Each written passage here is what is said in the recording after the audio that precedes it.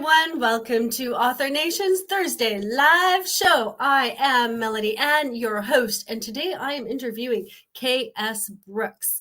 K.S. Brooks is an award-winning and best-selling author of over 30 titles. She's a professional photographer and a photojournalist. She is the executive director of indiesunlimited.com, an amazing resource that was named by Publishers Weekly as one of the top 6 sites for authors.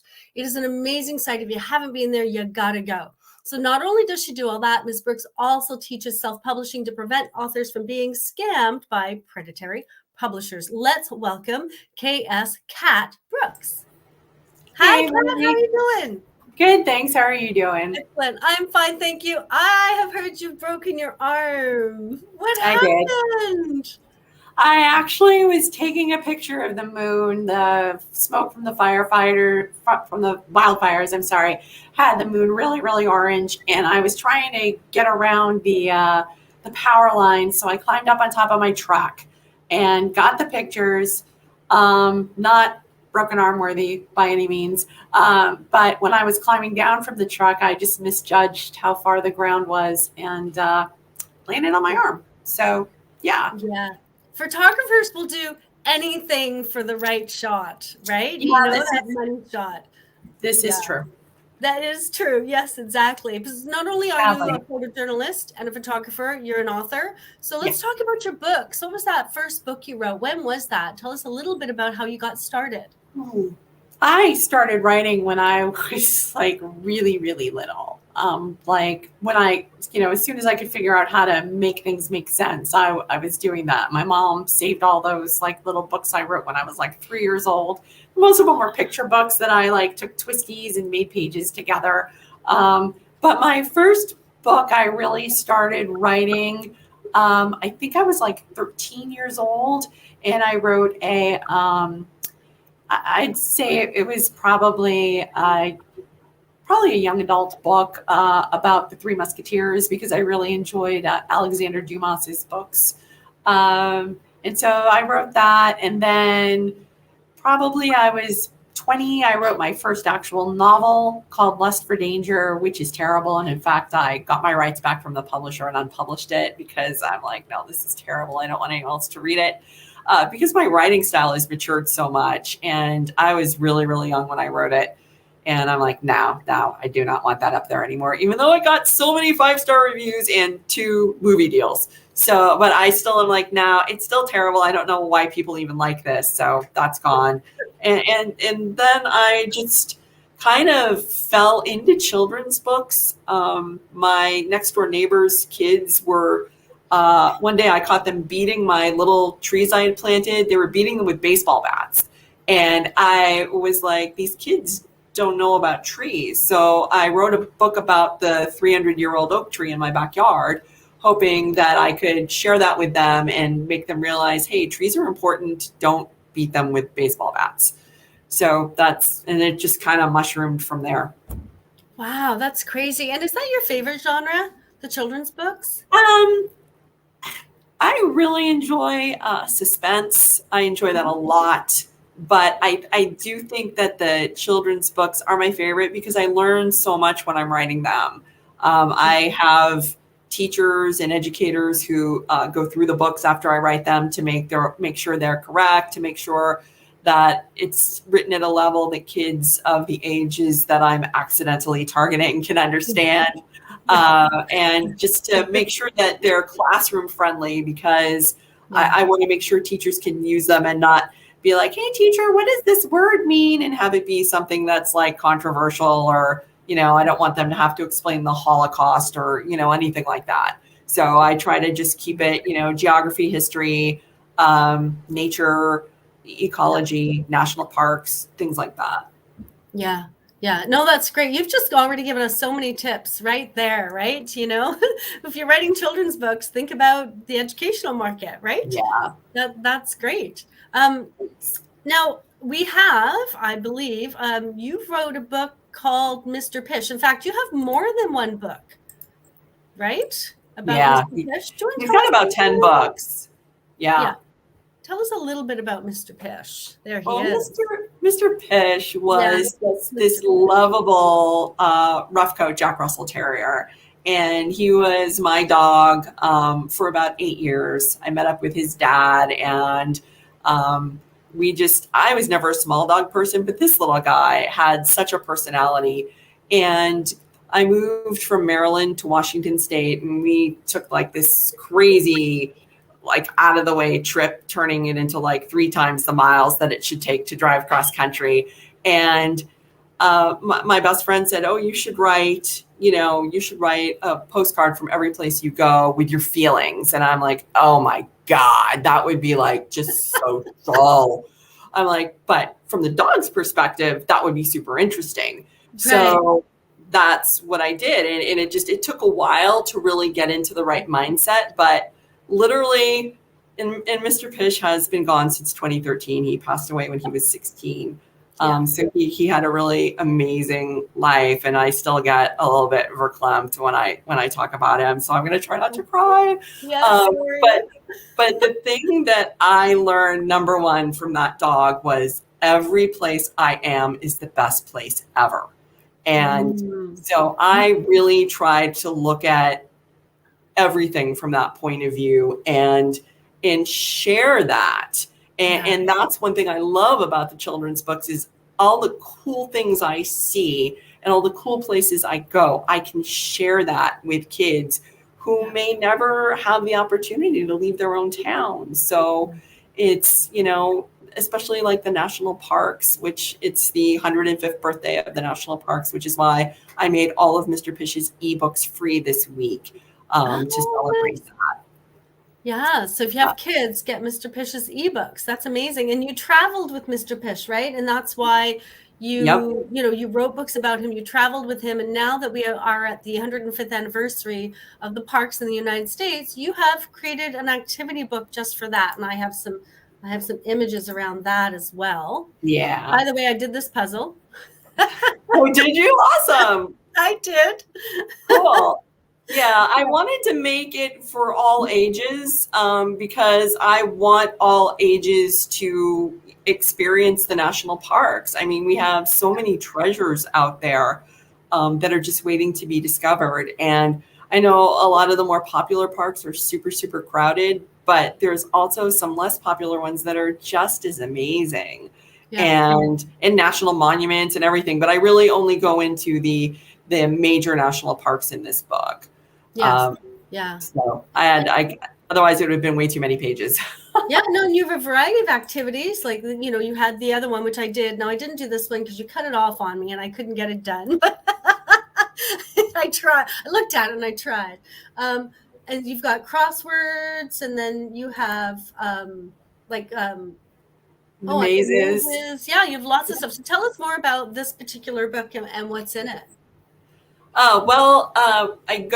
There's like little quizzes, like there'll be paragraphs, narrative from Mr. Pish's point of view about some of the parks. And then there'll be like little quizzes where, you can match the answer.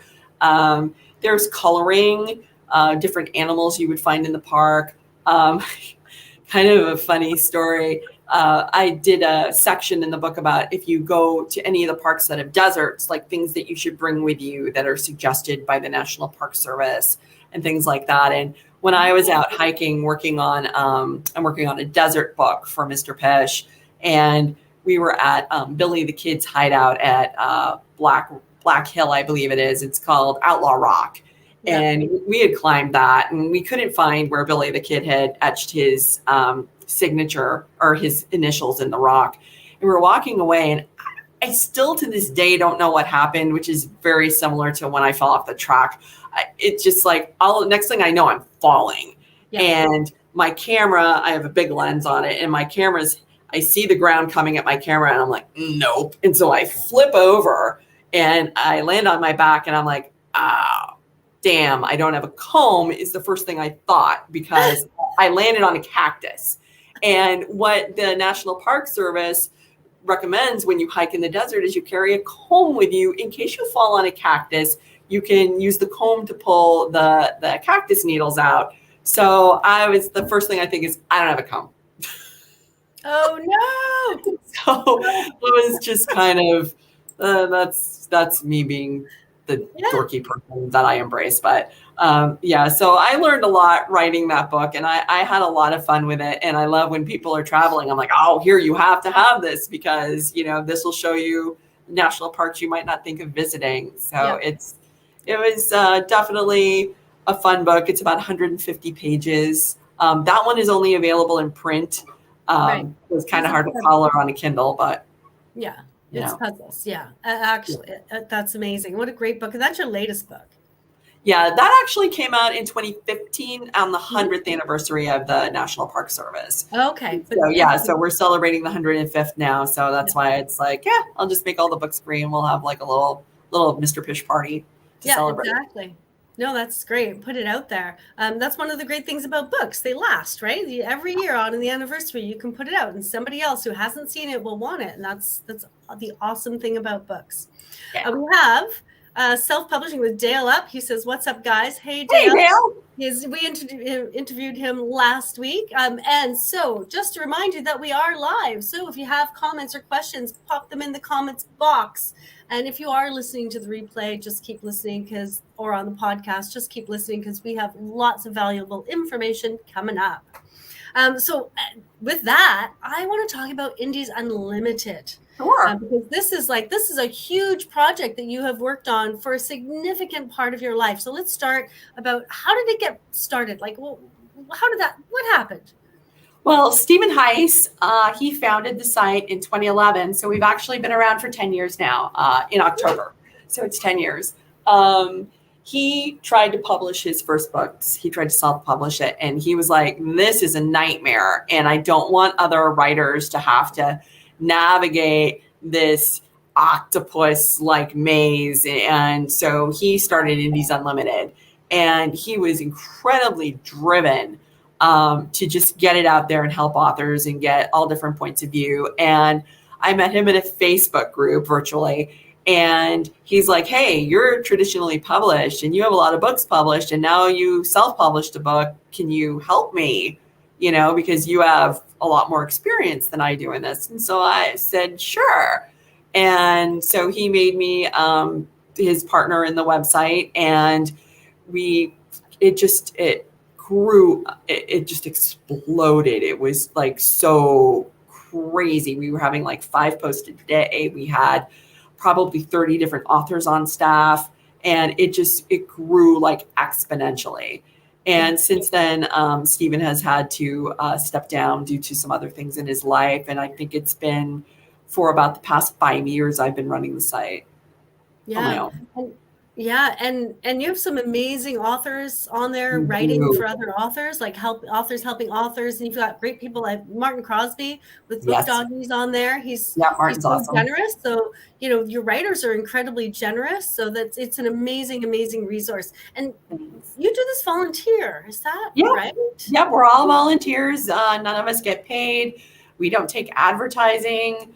And we get offers probably 3 times a day from people wanting to do paid guest posts. They want to pay to have guest posts on our site. And,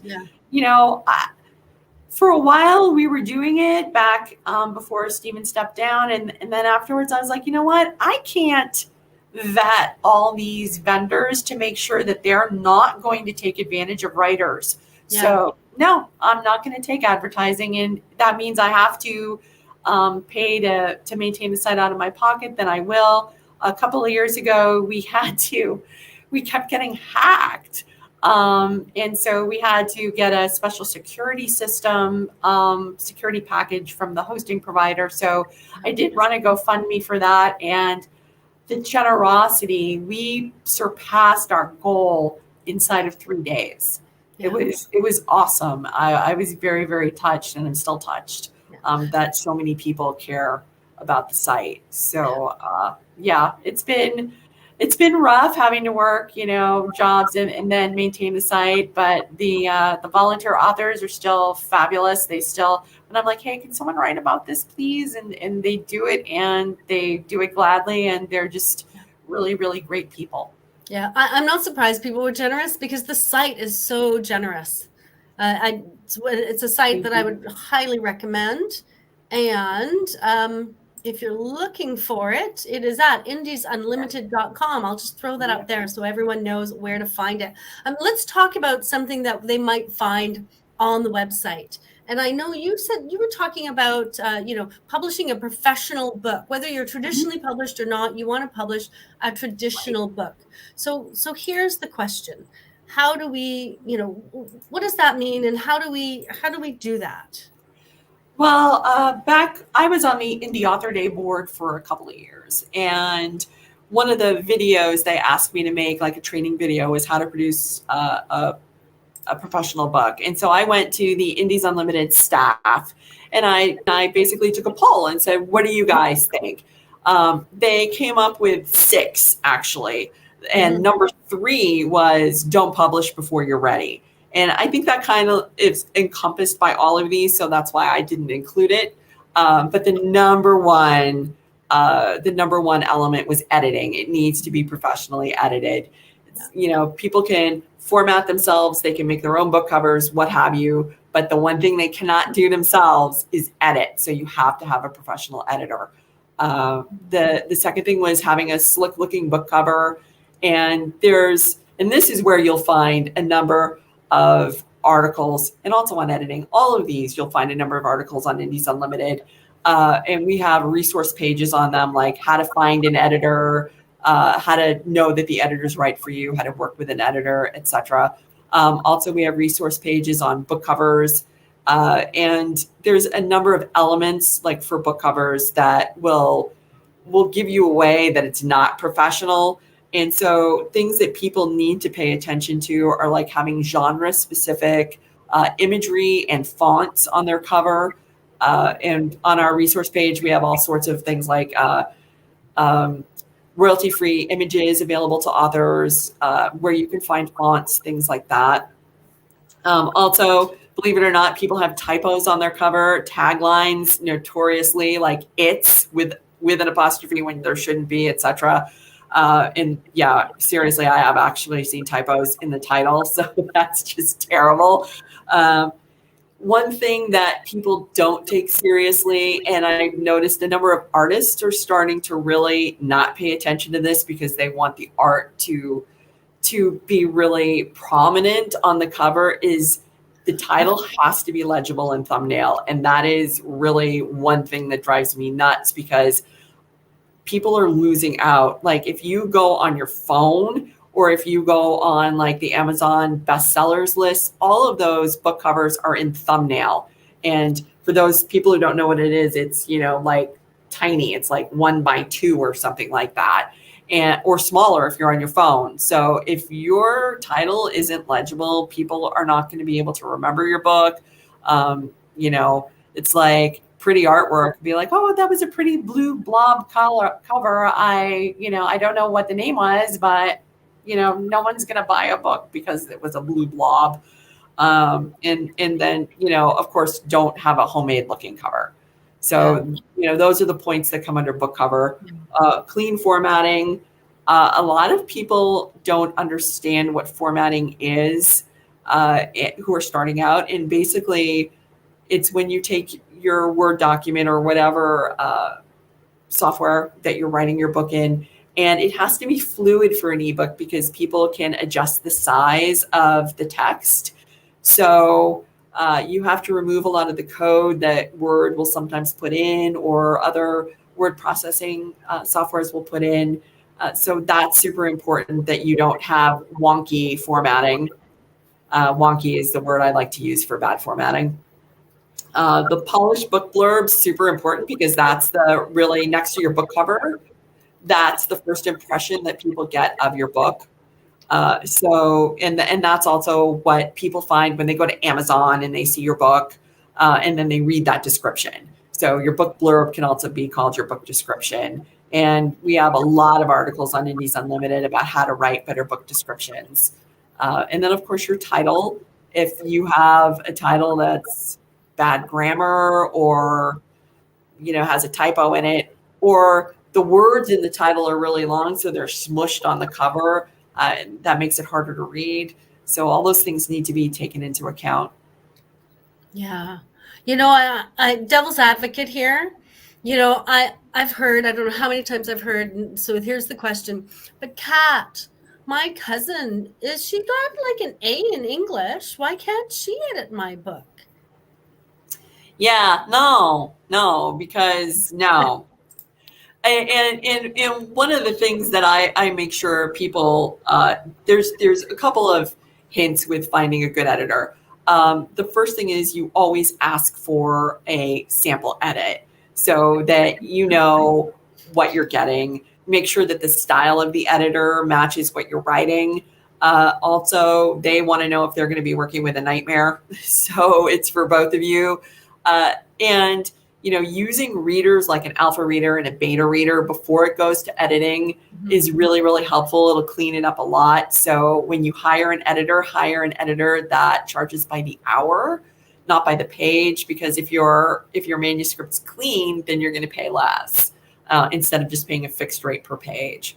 Yeah. So, Yeah. but yeah, no, somebody who knows you is not going to be doing a job unless, I mean, if they don't like you very much, then maybe they would be more critical, which might be helpful, depending on your writing and your ability to not get hurt feelings. But yeah, I would say no. They need to be a professional editor. Yeah. So, and then I wanted to just mention that you talked about artists and book covers, because some people buy really cheap images for their book, and so I like the idea of a book artist. But you make a really good point that an artist is really good at the image, but isn't necessarily good at the placement and everything on the book in a way that when I'm shopping on my phone, that I can see the book well enough. Because if I'm on my phone shopping and I can't get it, I don't see the title, I can't read it, I don't understand what the image is or whatnot, then I'm just going to pass right by. So there's a huge difference between having awesome art on your book, which I suggest you do, and having a book cover that meets a certain set of criteria for consumers on different devices. And I just want to point that out because I love artists, but artists aren't necessarily, don't necessarily know all the criteria for the like placing that art on the cover. Right. Yeah, I agree. exactly. And so clean formatting. I I won't mention the name of the book, but I had a book on my e-reader the other day that was quite famous that was so badly formatted I couldn't read it. Wow. I couldn't actually read it. It had the bottom of the page and the middle of the page. It had things all over the place.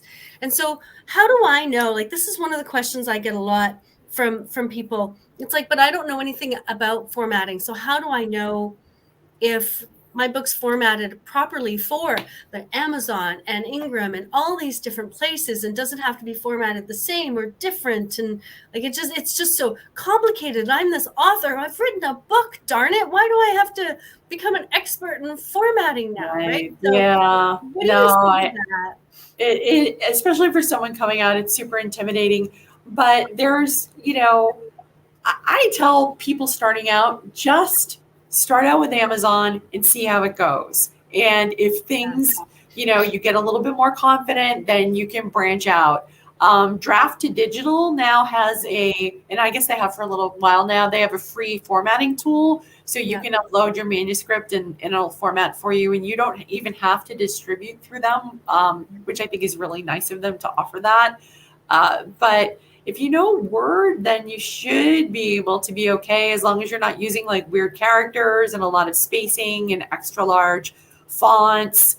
Weird thing. Pictures are a little bit problematic for people who aren't used to that kind of thing. Yeah. But there are ways like when you upload to Amazon, you can then download the file and send it to your Kindle and try it and make sure that that's, even with 30 books published, I still do that with every book. And I'll put it on my Kindle and I'll just scroll every single freaking page and just check and make sure that it's good, because I don't want readers to not have a good experience. Yeah. No, that's really, really good advice. Thank you. Oh, I want to switch topics to one of my favorite topics. And, And you teach in college, writing and publishing, right? And Yep, so you have a course that uses flash fiction I to do. help authors, whether they're fiction authors or nonfiction authors. And I Right. want to kind of dig into this because this is something I think is really, really useful. So let's start with the basic. What is flash fiction? Flash fiction is an actual story. That's where a lot of people tend to go wrong. They'll write like a scene, but they won't write an actual story. And it's got to have a beginning, a middle, and an end. And it's really, really short. Different people say it's a different amount of words. On Indies Unlimited, we do a free flash fiction contest every Saturday where you can just write a story based on the picture prompt, 250 words or less, and if you go to the site, it's all explained there. Yeah. But some people say flash fiction is 500 words and that 250 words is microfiction. But the thing that I love about it is you're telling a story in a very short amount of words. And so every word has to count. You can't have repetitive, wording. You can't use a bunch of words when you could use one strong verb or a strong, noun or strong adjective. It's like you've got to get all those filter words out. So it really puts people in the story, and it's very, very powerful. Yeah, excellent. So I actually noticed today that you had your flash fiction on your homepage at indiesunlimited.com. So I've just put that back up on the screen. Oh, thanks. If you want to check out their flash fiction, it really is an excellent way to, figure out like how to be that really tight, concise author who shares that information. So let's go a little bit into the 5 elements of flash fiction. So people, if they want to give it a go, they have a sense of what that might look like. I'm just gonna share my screen here because I found something that you provided. There we go. Can you talk a little bit about this? Yeah, Lynn Cantwell, actually, I said to Lynn, hey, could you please write an article about how to write great flash fiction? And so she accommodated me. And the 5 major elements are having a plot because it's a story. So beginning, a middle, and an end. Characters, you normally do not want a bunch of characters because then you're going to spend all of your time introducing them instead of concentrating on the story. So you want to use a couple of really concise descriptions so people can tell the characters apart. Your hook, just the way you would write a really powerful first paragraph or first chapter to draw people into your book, you're going to be doing that in 1 or 2 sentences. Your slam bang finish, and Lynn describes this really well. Like it's almost like you're telling a joke and you have a twist ending. And so that's really what flash fiction is, but it doesn't necessarily have to have humor. But a lot of times the ending is you didn't see it coming, or it's very funny, or something. So, it's basically a book just really shrunken down to like this. And then of course editing. So making sure that you got rid of all those unnecessary words, anything that doesn't move the story forward. Just anything that's unnecessary. Yeah. And as you just said, it's really a book, right?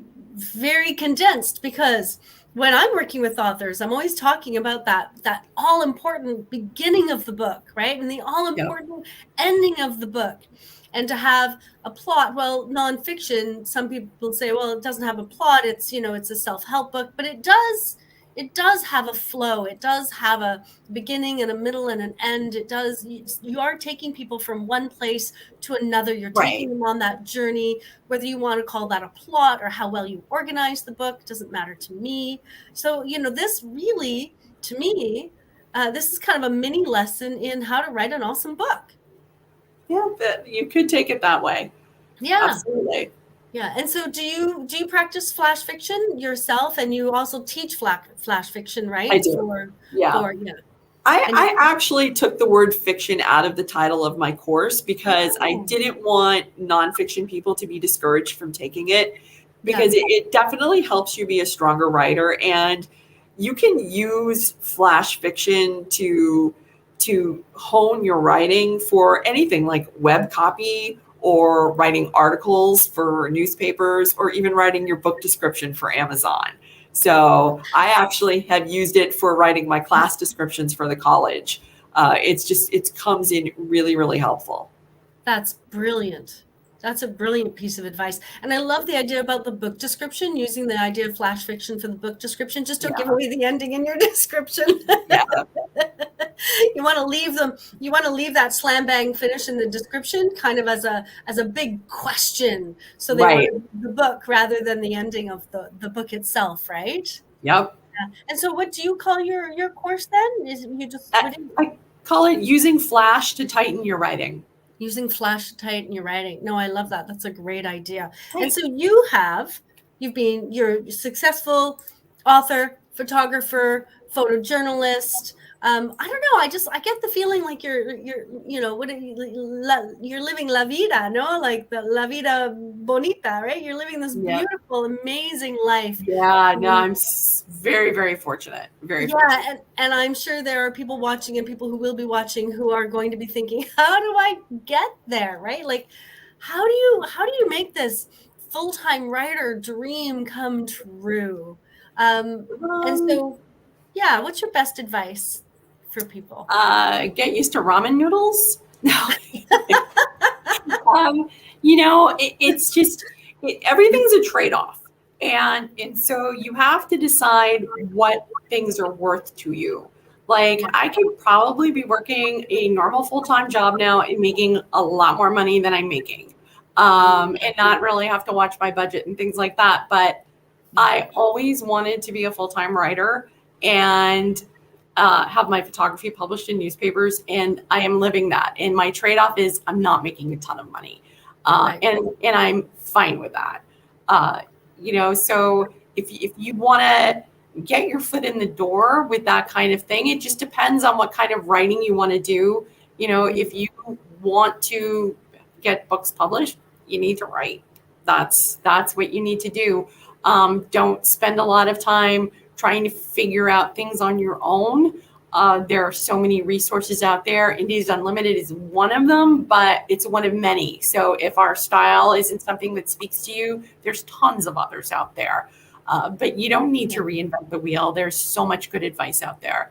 If you want to work for newspapers nowadays, I would say probably going for a journalism degree is a good idea. But depending on like what kind of area you live in, like I live really, really rural, and there's not a lot of, journalists here. So it's a lot easier to get your foot in the door if you're a writer and a photographer. Like I'm very lucky that I do both. So that's been a blessing for me to get in with newspapers. And I've written for pretty much every newspaper in this area at one point. And now I'm staff writer for the Chihuahua Independent and the Silverado Express newspaper.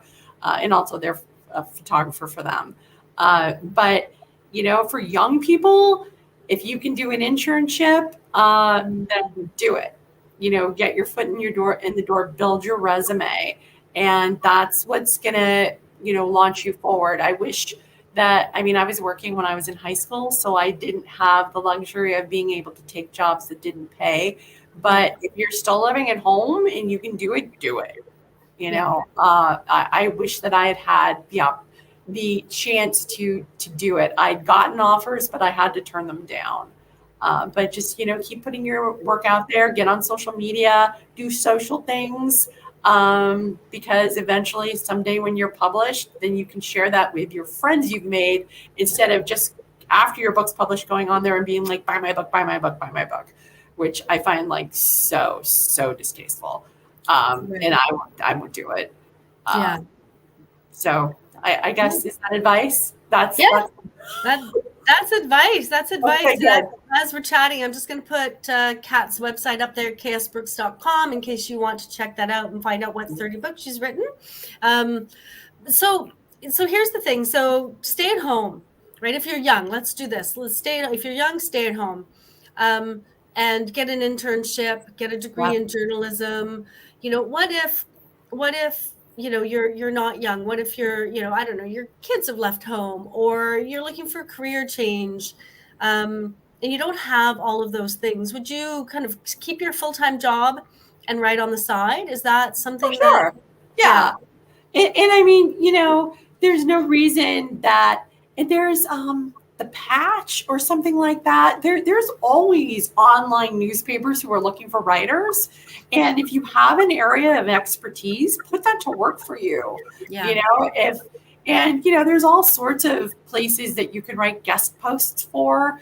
I mean, God, there's websites about, I'm sure, like how to make leather goods. Write a guest post for them if that's what you're into, crocheting and knitting or whatever.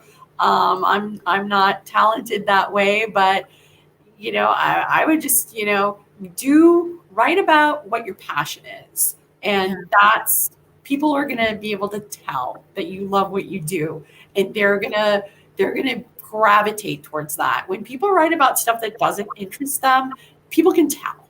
So write about what you love, and it'll work out. And you said something I think is really important. You said, look for the smaller newspapers that are looking for writers. Because what I see a lot of people doing is like, well, I want to write for name big newspaper or magazine, right? Right. Take your pick. There's lots of them. And that's their goal, and that's what they want. So they're like, how do I get there? And so how you get there is maybe you publish something for a smaller magazine or a smaller newspaper. You get your byline there, and then you take that and you go up to the next level of newspaper or magazine or online, whatever. You get your byline there, and then you go up to the next level until you slowly. It's like a ladder you're climbing, right? Right. Because you're not going to go to the New York Times or wherever and say, well, I've never written for you before, and I don't have anything to show you, but I'm an expert in something specific. Even if you're an expert in something, just start small, right. Build up, right? And same with authors. I think that's good advice for authors. You don't, as you said, just put it on Amazon. Just start there. Just figure that out. Figure out that one thing. And then when you've got that one thing figured out and you've learned a little bit, just publish it somewhere else. I think that's a really key piece of advice. Yeah, I think people get overwhelmed because there are so many outlets, and I think, and if you're not an Amazon person, then pick Smashwords. If you don't like Smashwords, pick Draft to Digital, but pick one and get good at it, and then spread out. And I think that's the best way to do it and have it be manageable without feeling like. And I've been saying this a lot lately. It's like, eat the elephant one spoonful at a time. Yes. Yeah, that's right. And I say climb a mountain one step at a time, because I love to go climb mountains. Well, I don't climb. I hike mountains. Let's just be clear. But yeah, it's they're like, how do you do a 20, 30 kilometer hike? It's like one step at a time, to be honest with you. So so where do you teach? I teach for the community colleges of Spokane. Okay. And so what are you teaching there? You're teaching this fall, I'm assuming. What are you? Yep. I don't know. Maybe there are no classes this fall. I have to, There are right now, but I've been teaching via Zoom, and then this fall it's going to be live and on Zoom. And I'm teaching how to publish a quality book, how to produce and publish a quality book. They wanted me to just do self-publishing, and I said, nay, because then people are going to take what they've written on napkins and hit scan and press publish. So I want to make sure people take the right steps to do the right thing, because when indie quality just raises the bar, to me, that's super important. So I teach both together in one class. I also teach using Flash to tighten your writing. Teach tips from a pro on photography class using DSLRs, and I also teach how to take better pictures with your cell phone. Oh, nice. Oh, that's the one I need. That's the one I need. That would be a good one for me. Where can people find your books and your courses and all of these things, your photographs? Where can we find all of this? Actually, ksbrooks.com. I have everything except my classes for the fall, so I do need to get those up there. You throw those on there soon? Yeah, I'll throw those on there. Yes, and that's where people can learn more about you as well. Yes, and actually the classes are only $7. Really? Yes, yeah. So Yeah, they're about 2.5 hour workshops, and they're only $7. The school, Okay. because it's a community college, they keep everything very affordable. That's amazing. And can I take the cell phone course through Zoom? The taking Absolutely. photos on cell? Because I go hiking. People who know me know I go hiking. You see it on my Instagram. And I don't take a camera, but I have my cell phone. And every once in a while, out of my billion photographs, one is good. So, yeah. I have one very last question. And Sure. it goes back to your bio, because in your bio, you said, Oh. you teach self-publishing to help prevent authors from being scammed by predatory publishers. Can you just give us your best advice as we wrap up for not landing up paying $10,000 and having 100 books in your garage, etc.? It's 7 words. Oops, where are we? 7 words. If you have to pay, run away. I teach this in all my classes, and I test them, which on Zoom is like really anticlimactic because everybody's muted. So I'll say, if you have to pay, and then they always say, run away. And seriously, if you have to pay, run away. Yeah. Publishers make money off readers, not writers. So if a writer has to pay a publisher, something's wrong. I had a man who took my classes, and he emailed me the other day. He's taken my class twice through the SEC. And he said, I know you say not to pay publishers, but this one publisher looks really good. Their cost is $10,000. And then this other one I looked at is $7,000. Is that okay? And I emailed him back, absolutely not. No. I'm like, well, yeah. Like, are they paying you that money? Because the other way around is wrong. No. Yeah. And I was just like, and I understand that older people feel very, very overwhelmed and very discouraged because they don't feel they can do the self-publishing process themselves. But there are actual good indie authors out there who will coach them. And I know one who will do everything for under $1,000, and that's editing, formatting, finding a book cover, and then, guiding through the whole process. And so, yeah. So you're not saying don't pay to publish your book. You're saying don't pay a publisher who's making big promises. Right. And it's okay to pay an editor and a cover designer, and it's okay to pay a marketing person who knows how to write a book blurb, but don't pay a publisher an exorbitant amount of money. No. Instead of doing that, go to ksbrooks.com or indiesunlimited.com and get the real information. Yes. Thank you. Right? Exactly. Yes. And also hang out with Author Nation as well. Yep. So subscribe to Author Nation, because we are not publishers. We are just a YouTube channel who likes to interview people and have fun and give out good information. And next week we are going to interview Frank Wilson. After he retired, he became a writer. So the question is writing a hobby in retirement or not? That's one thing we're going to talk about. We're also going to talk about going from writing at work to writing for yourself, and so much more. Please join us then. Thank you so much, Kat, for coming today and spending time with me. I really, really appreciate it. Oh, thanks for having me, Melody. I appreciate it. See everyone next Thursday.